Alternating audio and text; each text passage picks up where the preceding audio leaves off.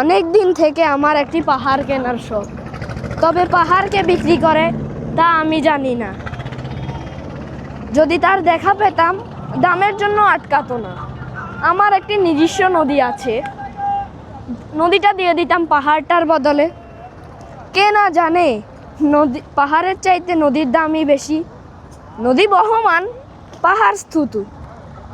তবে তা হলেও আমি পাহাড়টাই কিনতাম, কারণ আমি ঠকতে চাই। ঠকানোর মতো তো অনেকই আছে, তবে বড়ভাবে ঠকাটা অনেকই বদল। নদীটা অবশ্য কিনেছিলাম একটি দ্বীপের বিনিময়ে।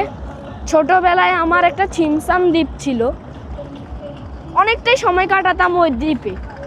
ওখানে অনেক প্রজাপতি ছিল, তবে কোনো একটা কারণে সে দ্বীপটার বিনিময়ে আমি একটি নদী নেই। আর ওই নদীটার বিনিময়ে আমি একটি পাহাড় চাই, কারণ আমি ঠকতে চাই। ধন্যবাদ।